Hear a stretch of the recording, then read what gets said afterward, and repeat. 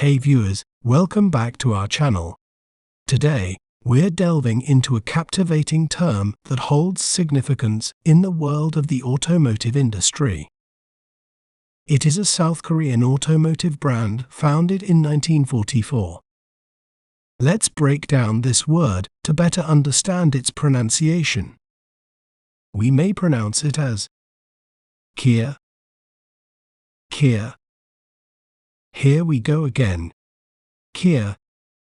Kia offers a diverse range of vehicles, from compact cars and sedans to SUVs and electric vehicles. One of their popular models, the Kia Stinger, is a high-performance sports sedan with a top speed of around 167 miles per hour. Isn't it fascinating how breaking down a word can make it clearer?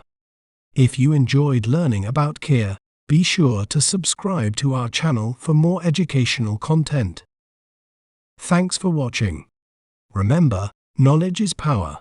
See you next time.